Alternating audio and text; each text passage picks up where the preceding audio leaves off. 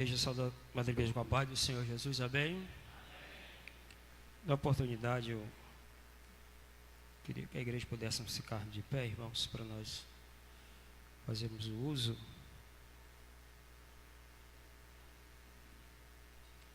Livro de Jó, capítulo 1. Vamos ler todo o capítulo para nós entendermos um pouco sobre aquilo que nós estaremos aqui meditando.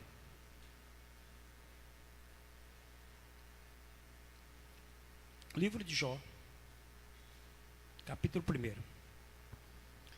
Diz assim, Jó, capítulo 1, versículo 1 diante. Havia um homem na terra de Uz, cujo nome era Jó. E era este homem sincero, reto, temente a Deus e se desviava do mal. Nasceram-lhe 7 filhos e 3 filhas, e era o seu gado 7.000 ovelhas e 3.000 camelos e 500 juntas de boi, e 500 jumentas. Era também muitíssima gente ao seu serviço, de maneira que era um homem maior do que de todos do Oriente. E os seus filhos e faziam banquetes em cada um no ano do seu dia, e enviavam a convidar as suas 3 irmãs, e comiam e bebiam com eles. Sucedeu, pois, que tendo decorrido o turno dos dias de banquete, havia Jó e os santificava, e levantava-se de madrugada, oferecia holocausto segundo o número de todos aqueles que, porque dizia Jó, porventura pecaram os meus filhos, eu amaldiçoou a Deus no seu coração. Assim o fazia Jó continuamente. E vendo o dia em que os filhos de Deus enviaram apresentar-se perante ao Senhor, também Satanás veio entre eles, e então o Senhor disse a Satanás, de onde vem? E Satanás respondeu ao Senhor e disse, de rodear a terra e passear por ela. E disse Satanás, o Senhor a Satanás, consideraste tu, meu servo Jó, porque ninguém há na terra semelhante a ele, homem sincero, reto, temente a Deus e se desvia do mal? Então respondeu Satanás ao Senhor e disse, porventura teme Jó a Deus de verdade? Porventura não cercastes de bens e a ele, a tua casa e tudo quanto tens? Abra a tua mão, abrindo a tua mão e abençoando, e o seu gado, e aumenta na terra? Mas porém estende a tua mão, e dando-lhe em tudo quanto tens, verás se tem, e não te amaldiçoa na tua face. E disse o Senhor a Satanás, eis que tudo quanto tem está nas tuas mãos, somente contra ele não estende a tua mão. E Satanás saiu da presença do Senhor. E sucedeu um dia em que os filhos e filhas comiam e bebiam, veio em casa de seu irmão primogênito, e veio um mensageiro, e veio a Jó e lhe disse, os bois lavavam e as jumentas passeavam junto a eles. E deram sobre ele os sabeus, e mataram aos moços, feriram o fio à espada, e só eu escapei tão somente para trazer a notícia. Estando ainda falando, veio o outro e disse, fogo do céu caiu, e de Deus do céu caiu, e ardeu entre as ovelhas, e entrou e entre os moços, e consumiu-os, e só eu escapei tão somente para lhe trazer as novas. Estando ainda falando, veio o outro e disse, ordenando os caldeus 3 bandos, deram sobre os camelos, tomaram os moços, feriram a fio da espada, e só eu escapei tão somente para trazer a nova. Estando ainda ele falando, veio outro, disse-lhe, estes, os teus filhos e as tuas filhas, comendo e bebendo, vindo em casa do teu irmão, de seu irmão primogênito, eis que um grande vento sobreveio além do deserto, e deu nos 4 cantos da terra, caiu sobre os rapazes, e morreram, e só eu escapei tão somente para trazer a nova. Então Jó se levantou, rasgou o seu manto, raspou a sua cabeça, lançou-se em terra e adorou.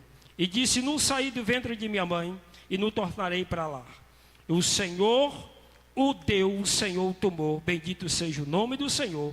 E em tudo isso Jó não pecou, nem atribuiu a Deus falta alguma. Deus, te louvamos, Senhor, por esse momento que nós estamos aqui. Abre o nosso entendimento para que tu possa falar em nossos corações em nome de Jesus. Amém. Irmãos, nós estamos mediante um livro de um personagem, de uma pessoa muito conhecida, O primeiro capítulo de Jó, ele é um capítulo que traz o início da história de Jó. E podemos dizer o fim. É verdade que para nós entendermos e vermos toda a história, nós teríamos que trazer os 42 capítulos que aqui descreve. Jó, o livro de Jó. Jó é o único personagem real que tem um livro inteiro e que conta a sua história. É como que uma série, um filme ou uma novela viesse ter cada capítulo em que tivesse. O personagem Jó está ali. Cada cena Jó é narrado, é falado a situação e aquilo que acontece. A Bíblia diz no versículo 1 que Jó era um homem íntegro, completo. Era um homem irrepreensível na sua conduta. Era alguém que vivia de acordo com aquilo em que havia nos preceitos daqueles em que servia a Deus verdadeiramente. É interessante que a prova na vida de Jó, ela não aconteceu para que Deus viesse a provar a Satanás que Jó era um homem justo. Mas o que aconteceu aqui narra que Satanás queria provar a Deus que Jó só era fiel a ele porque Deus lhe abençoava, porque ele tinha as bênçãos e tudo aquilo que Jó tinha prosperava. E por isso Jó servia a Deus, assim dizia Satanás. Mas a gente sabe que o que aconteceu na vida de Jó foi algo muito grande. E o que acontece na vida de Jó acontece sem que ele viesse a saber de onde vinha, pois só quem sabia de tudo isso era Deus e o próprio Satanás. E ninguém mais sabia do tratado em que Deus tinha feito para que sobreviesse tudo isso sobre a vida de Jó. E ninguém mais. E esta conflito, esta prova, esta crise que veio na vida de Jó, foi uma crise pessoal, direcionada a ele. Mas o interessante é que os seus efeitos foi coletivo. Aconteceu de uma forma em que não atingiu simplesmente Jó, mas dezenas e centenas de pessoas. A gente entende e quer. Pensamos que quando nós somos atingidos, ou quando o diabo traça alguma coisa para tentar nos destruir, é apenas nós que seremos destruídos. Mas há pessoas que dependem de mim, dependem de você, dependem de nós, que está ao nosso redor, que também são atingidas quando você erra. Assim aconteceu. Imagina só, em um só dia, aqui relata que quando começa a acontecer tudo, ainda um falando daquele que escapa, chega o outro, e sucessivamente, em um só dia, Jó perde todo o seu gado, perde os seus camelos, as suas ovelhas, perde as suas jumentas, perdem os seus empregados, e assim perde também os seus filhos em um único dia. A gente fica pensando e meditando, como que suportaria isso? Mas a integridade que Jó tinha era tão grande, porque Jó Se nós entendermos, aqui descreve, Jó não tinha escravos. Jó era um homem tão justo que ele não tinha escravos. Ele tinha empregados, pessoas em que convivia ali ao seu redor, e que ele pagava, e que era justo, e que eram homens que conviviam e desfrutavam de tudo aquilo que a fazenda produzia. Mas imagina, em um só dia, Jó ver uma situação se tornando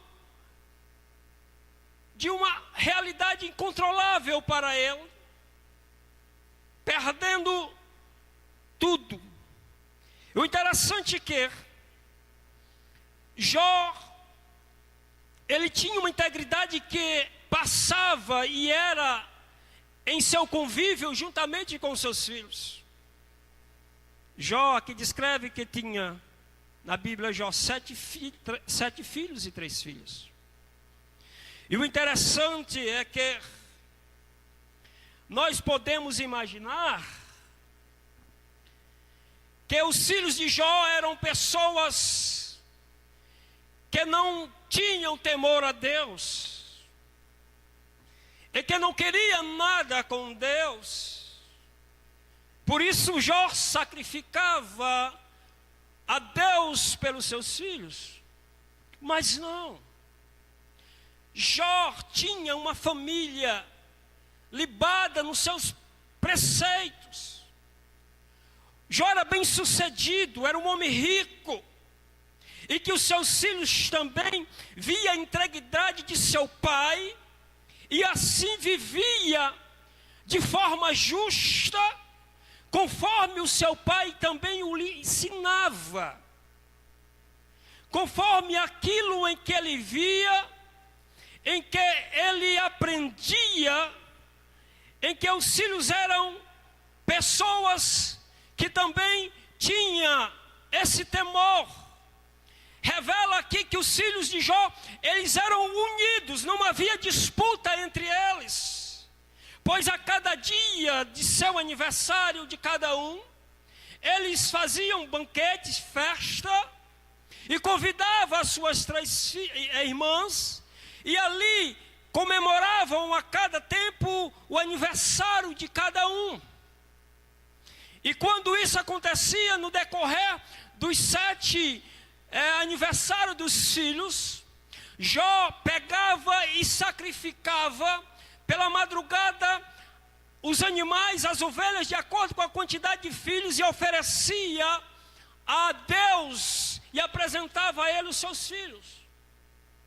Mas o que nós vamos entender aqui é que, se nós vemos e observarmos, Jó oferecia a ele sacrifício a Deus, mas ele sabia e entendia, e dizia que tão somente se porventura os meus filhos pecarem contra ti em seu coração, se porventura algum dos meus filhos em seu coração pecar contra ti, Senhor, eu assim o sacrifico, entrego os meus filhos em tuas mãos. Aí nós vamos entender algumas coisas que aconteceu. 5 coisas, o tempo permitir, vamos para entendermos. Jó era um homem, como diz aqui, muito rico, e a Bíblia descreve que ele tinha 7.000 ovelhas, 3.000 camelos, 500 juntas de boi e 500 jumentas. Jó era um homem tão rico que a Bíblia descreve que era um do Oriente, é um dos homens mais importantes do Oriente. O Oriente era uma região de pessoas ricas, que eram homens que produziam que eram homens que tinham poder aquisitivo muito grande. O maior era os demais de todos. Apenas um camelo, e que dos 3.000 camelos que Jó tinha, um camelo no Oriente, um camelo de raça misturada, ele vale em torno apenas de uns 200 mil reais. Mas um camelo de raça pura, tem um homem que é amante de corrida de camelo no mundo árabe, ele pagou 33 milhões em apenas 3 camelos de puro raça. Um camelo apenas valendo 10 milhões. 11 milhões. Aí imagina a fortuna, aquilo em que Jó tinha. 500 juntas de boi, 7.000 ovelhas, juntas de boi, que dizer, as juntas de boi eram 500 bois, equipados para arar a terra, e juntamente com aquelas 500 juntas de boi, tinha também 500 jumentas, que no original dizia-se 500 mulas, que eram animais de raça, grande porte, força como um cavalo, e essas jumentas serviam para transportar mercadoria. Imagina o tanto de terra que Jó tinha, ao ponto de colocar 500 juntas de boi para trabalhar e arar ali a terra. O tanto de terra que Jó tinha, como tivesse 500 tratores trabalhando, produzindo ali, para que realmente viesse dar de conta da terra que Jó tinha. Mas com tudo isso aconteceu algumas coisas que nós vamos trazermos aqui. Algumas crises aconteceram. A primeira crise que Jó sofre aqui é uma crise de ataque em que Jó sofreu. Foi o ataque daqueles que protegiam a sua fazenda, protegia a sua casa, protegia a sua família, protegia os seus empregados. Se nós entendermos aqui, nos versículos dizem que quando chegaram os seus, diziam que, estando no campo, vieram os homens, os saduceus, os sabeus, e deram sobre os moços, e assim o mataram, e arrebataram o que ele tinha, e só escaparam a cada um para trazer a notícia de Jó. Os primeiros que foram atacados foram aqueles que defendiam aquilo que Jó tinha. Eu quero dizer uma coisa para você, escute aqui: o diabo quer destruir primeiramente aqueles que estão de pé lutando para defender aquilo que está diante de você, diante da sua família, diante daquilo que você tem para proteger. Deus te entregou coisas para você lutar, para que possa proteger aquilo que Deus tem dado a você.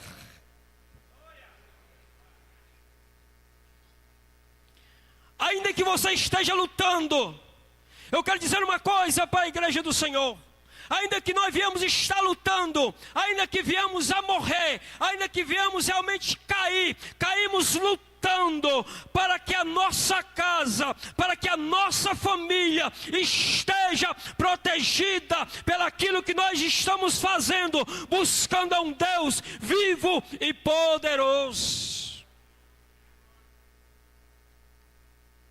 Uma guerra. Mas em meio a uma guerra, nós estamos até em uma guerra. E uma guerra bélica, e uma guerra humana, se fazem acordos para evitar uma guerra. que se chama combate. O que é um combate? Toda guerra antes faziam o povo no passado, faziam um combate. E o que era um combate?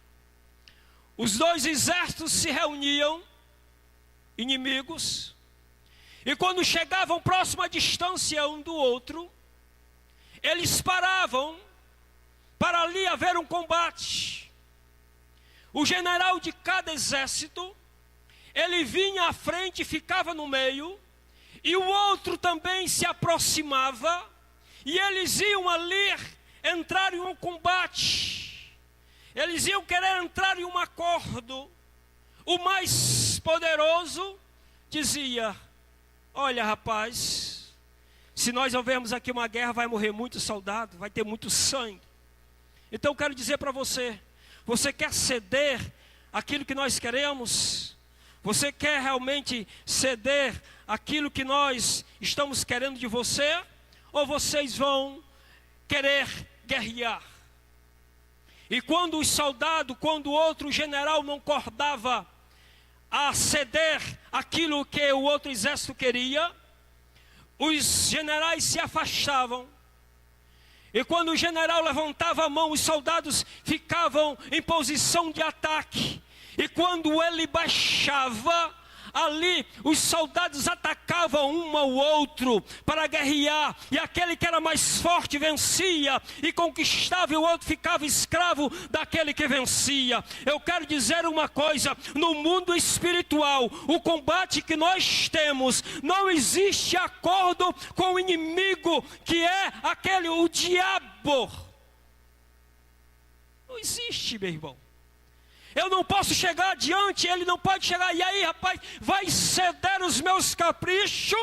Vai ceder aquilo que eu quero que você faça? Não existe. Eu tenho que estar combatendo, estar de pé, ainda que seja lutando, para resistir os dados inflamados do maligno. Mas eu não posso entrar em acordo com aquele que quer o fim da minha alma. Pode. Porque se eu for lutar, combater e aceitar tornar-se inimigo ao meu inimigo, os seus caprichos, eu vou se tornar escravo, porque eu vou ceder às vontades dele. Mas nós estamos no mundo, em uma guerra, em um combate. Mas o combate é aquele em que devemos estarmos de pé, para não se curvarmos diante daquilo que o diabo possa querer na minha vida, e atingir a mim, a você e todos aqueles que estão ao nosso derredor. Então a primeira crise que Jó ali, ele recebe, é uma crise de que aqueles que defendiam ele, a sua casa, ele era, realmente foram mortos. E a segunda que nós vemos aqui é uma prova financeira, uma estabilidade em que Jó ele sofre, porque ele passa a perder aquilo que ele tinha. O interessante é que tudo aquilo em que ele tinha de riqueza, ele via se desfazendo pouco a pouco, e assim ele começou a perder o poder aquisitivo que ele tinha, e trouxe prejuízos, até de uma forma que nós vamos ver, de adorar a Deus. Agora o interessante é que o diabo usa as estratégias conforme aquilo que ele vai fazer. Eu não estou falando aqui de tentação, porque na tentação você tem aqui o direito de decidir se você quer ceder ou não. Mas estou falando aqui de um combate, e o diabo ele usa, como aqui ele usou, as ferramentas em que ele tinha de acordo com aquilo que precisava para atingir Jó.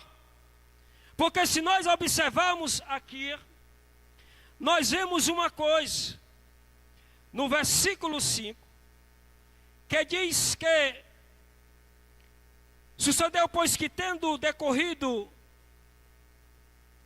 o turno dos dias, os banquetes, havia Jó, e santificava, e levantava-se de madrugada, e oferecia holocausto ao Senhor. Mas um certo dia, vieram os caldeus, e levaram os seus camelos. Vieram os sabeus, e levaram os seus bois. Agora vamos entender aqui uma coisa. Por que que os caldeus vieram e levaram os seus camelos? Porque os caldeus babilônicos que destruíram Israel, o diabo tinha tudo ele nas suas mãos. Deus entregou o que Jó tinha sem que viesse dizer a Jó.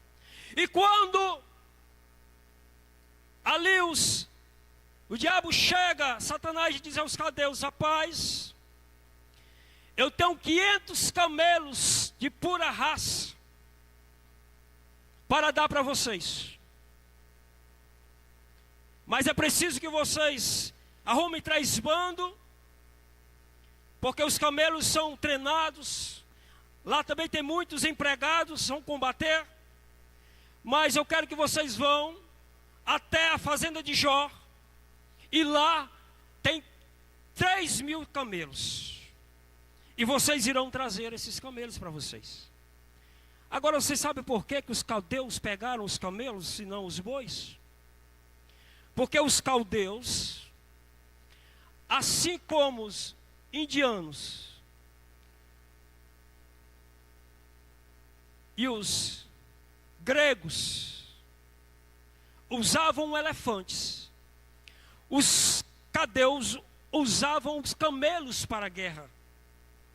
Porque os camelos tinham uma característica para guerrear em meio ao deserto. Era um animal apropriado para aquilo. Os caldeus guerreavam no deserto e era interessante para ele. O diabo sabia que para os caldeus os camelos eram muito interessantes e eles interessavam. E eles foram por quê? Porque os camelos tinham uma característica muito boa, importante. Olha como Deus é perfeito. Os camelos haviam uma característica. Primeiramente no deserto, como já se sabe, ele tinha a possibilidade de passar dias sem beber água, pois armazenava, além do que bebia, 70, 80, dependendo do camelo, litros de água, para que quando precisasse, viesse ingerir aquela água. E assim o camelo passava dias no deserto sem precisar de água. E uma das características também que o camelo tinha, era que quando havia uma tempestade, o camelo era o único animal que se ajoelhava e conseguia andar de joelho em meio a uma tempestade. E uma coisa também havia no camelo, uma característica. Os camelos tinham nos seus olhos uma lente. E que eles conseguiam em meio à tempestade, de olhos abertos, atravessaram a tempestade sem os seus olhos serem atingidos. Deus colocar ali um para-brisa no camelo. Eu quero dizer uma coisa para você, meu irmão: a tempestade vem, te ajoelha. A tempestade vem, anda de joelho. A tempestade vem, esteja de olhos abertos para você ver a tempestade passar na sua vida.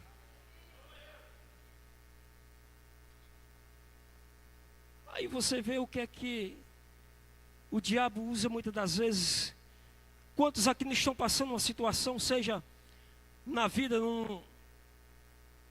na família, num casamento, e o diabo vai atacar ali, não é tentar, é um embate, um ataque naquela área. Uma questão financeira, o diabo vai atacar ali. Assim como realmente os camelos eram importantes para os caldeus, porque usavam para a guerra. Os sabeus também eles tinham ali o interesse pelos bois que ali estavam na fazenda. Porque os sabeus, eles adoravam os deus astros, deus sol. e que sacrificavam animal para esses deuses.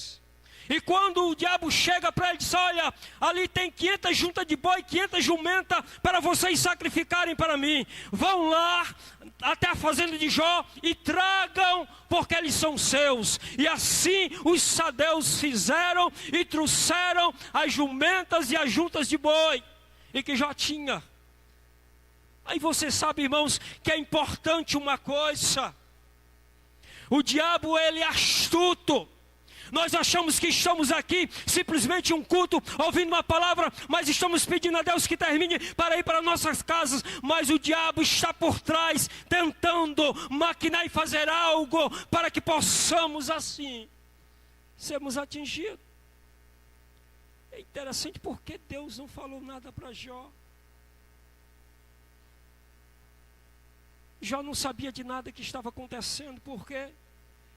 Aí quando Jó, ele perde os seus camelos, uma coisa acontece aqui, se nós vamos vermos, passa, é que os camelos são levados, os bois também são levados, as jumentas são levadas, mas as ovelhas, elas são mortas. As ovelhas não são levadas. Você sabe por que isso? Quando o diabo faz isso, ele faz pessoalmente, ele não manda. As ovelhas ele mesmo fez. As ovelhas, o próprio diabo, a Bíblia diz que chegou ao moço e disse: olha, caiu fogo de Deus e consumiu as ovelhas. Ele pensava ser de Deus, porque eles não sabiam. Mas o próprio diabo já, quem planejou, quem fez isso. E isso de queimar as ovelhas foi uma afronta não a Jó, mas a Deus. Porque as ovelhas era a maneira que Jó tinha para sacrificar a Deus o culto. Quando o diabo faz e pensa e diz: eu vou acabar com esse negócio de Jó cultuar a Deus, sacrificar a Deus, e tocou fogo em todas as ovelhas para impedir que Jó sacrificasse a Deus o culto a ele. O diabo, se nós não tivermos cuidado, ele tira aquilo que nós temos para fazermos sacrifício a ele. Ele tira nossas ovelhas. O que é isso? É a maneira, é aquilo que podemos sacrificar. Gado passou, os camelos foram levados, mas ainda existia ovelha. O diabo sabia que Jó iria continuar adorando a Deus ali daquela forma, sem nada, mas as ovelhas estavam ali. Mas o diabo veio pessoalmente e leva com um holocausto, queimando as ovelhas e afrontando a Deus e dizendo: eu quero ver agora Jó sacrificar a ti. É uma das coisas. O tempo passa, mas uma das coisas que acontece também são os filhos, que também o próprio diabo ele vai e destrói. Mas interessante é que a Bíblia diz que quando levaram as ovelhas, levaram os bois, levaram as jumentas, os empregados foram mortos. A Bíblia fala que eis que um grande vento sobreveio além do deserto, e deu os 4 cantos da terra e caiu sobre os mancebos, morreram, só eu escapei tão somente para trazer a nova. E quando isso disse Jó a respeito, os mancebos a respeito dos filhos a Jó, Jó, ele não suporta, ele cai. As suas pernas perdem a estrutura. E ele cai em terra. Mas assim ele diz, ele se lançou em terra, o adorou. E ele até mesmo disse que assim nu saí do ventre de minha mãe e tornarei para lá. Bendito seja o nome do Senhor. Aí depois de tudo isso, a história é grande, os irmãos sabem. Jó sem os filhos. A esposa vê Jó naquela situação, ao ponto de ver o marido daquele jeito, com enfermidade. A Bíblia diz que o diabo volta novamente a conversar com o Senhor e disse: Deus permite, toca na pele e nos ossos. E Jó, ele tem uma úlcera, em que cria tumor em todos os seus corpos, em todo o seu corpo, os tumores. Jó descreve no capítulo 7 que até na sua boca havia tumores. E criavam pus, e aqueles pus, o germe comia a sua carne. E Jó estava apodrecendo. E quando a mulher vê aquela situação, a Bíblia diz que a mulher olha e diz: olha, tu ainda vai continuar dessa forma, adorando ao Senhor desta maneira? Olha a tua situação, não tem mais volta, não tem mais retorno.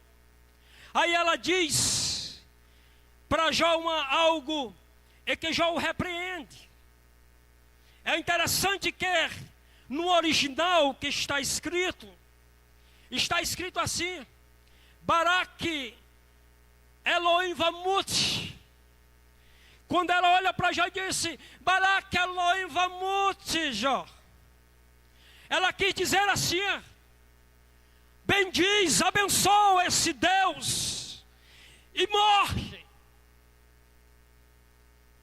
Despede de Deus, abençoa a Ele que te abençoa e depois morre, Jó. E Jó em si mesmo deve imaginar: mas estarei eu louco? Depois de bendizer a Deus, tirar a minha própria vida. Deus assim o tirou, Deus o dá. E tu, mulher, não está realmente falando como uma mulher sábia, mas como a que não tem juízo. Sabe de uma coisa: Deus deu, Deus tirou. A Ele pertence dar e a Ele pertence a tirar. Para encerrar, tempo acaba. Jó fica no estado terminal. A Bíblia fala que Jó diz, em que no capítulo 7 narra, em que a sua boca amargava com a comida, porque a comida se misturava com os tumores na sua boca. Jó estava apodrecendo. Jó descreve no capítulo 7 que as pessoas passavam por ele e cuspiam, colocavam a mão na boca. E Jó foi uma situação degradante, de uma forma em que as pessoas o abandonaram. Para encerrar a história, 3 amigos de Jó, Elifas, o mais velho, como diz a palavra, Bildade e Zofar, homens do Oriente Rico, souberam da notícia e foram visitar Jó. E lá no Oriente eles tinham uma crença que não havia problemas que depois de um jejum de 7 dias não resolvesse. E os 3 amigos de Jó resolvem sair do Oriente e ir até o deserto onde Jó estava. E eles disseram: vamos fazer jejum de 7 dias, completo até mesmo de palavras.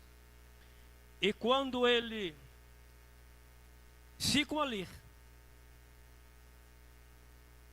ele faz Bildade e Zofar, sem falar 1 dia, 2 dias, Jó da mesma maneira. No 7º dia eles passam, no 8º dia eles se levantam e Jó continua apodrecendo. E Elifas, o mais velho, chega e diz: olha, Jó, será que tu não pecou? Será que tu não cobiçou alguma virgem? E Jó disse: não. Porque para Elifas, quem vivia ou tinha algum problema era porque tinha pecado. Existem pessoas que estão assim: o irmão está passando uma dificuldade, um problema, e diz: o irmão está em pecado, nem sabe o propósito, a verdade daquilo que Deus tem com aquele que ele tem propósito. Bildade olha também a um daqueles e diz: Jó, me diz uma coisa, Jó, tu não pecou contra o Senhor em teu coração? Acusando os filhos de Jó, dizendo: será que os teus filhos, Jó, Deus matou os teus filhos porque eram mal? Eles faziam banquete, festa. Será que tu não pecou?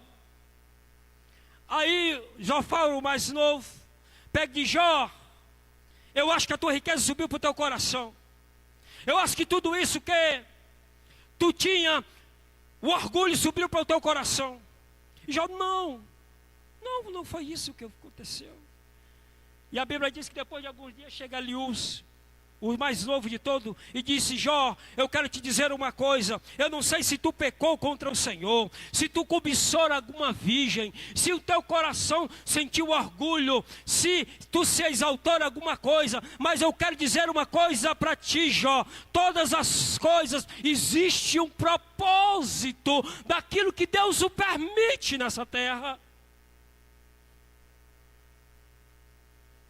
E assim, irmãos, Deus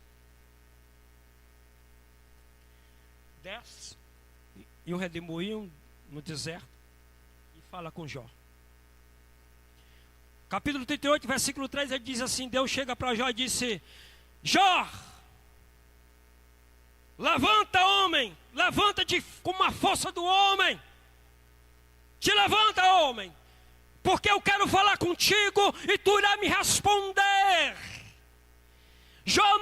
Deus não chegou ali acusando ao estado que Jó estava, dizendo: Jó, tu está nessa situação. Não, quando Deus chega e vê Jó daquela situação, Jó, daquela maneira, mesmo fraco, diz: levanta-te como homem, cinge os teus lombos, que eu vou perguntar. Deus faz 70 perguntas para Jó.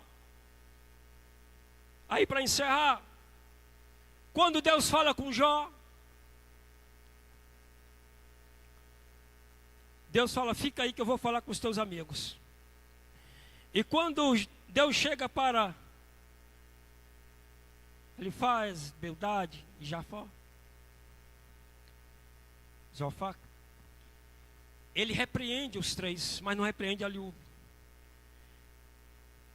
E Deus chega para os três e diz assim: olha, tragam a ovelha para que Jó sacrifique as ovelhas por vocês, porque Jó vai orar, porque a vocês eu não ouvirei, mas Jó eu ouvirei a sua oração.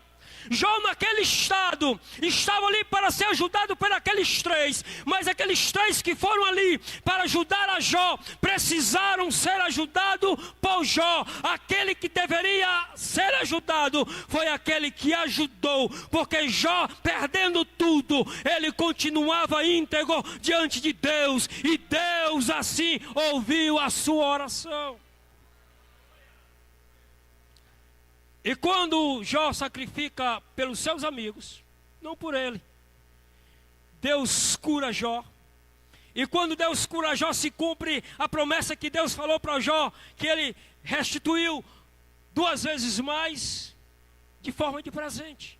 Quando os do Oriente souberam que Jó tinha sido curado, as pessoas vinham e traziam presentes para Jó, traziam ouros, camelos, boi, ovelhas, de uma forma muita, de que Jó passou até 2 vezes mais do que ele tinha, e Jó ainda teve 7 filhos e 3 filhas, as mais bonitas do Oriente. Então, para tudo aquilo que acontece, tem um propósito por Deus. Não devemos questionar, mas simplesmente dizer que Deus dá, Deus tira, no momento certo, Ele faz o que é certo para as pessoas que estão em um lugar certo, na sua presença. Louvado seja o nome do Senhor. Que Deus em Cristo nos abençoe, em nome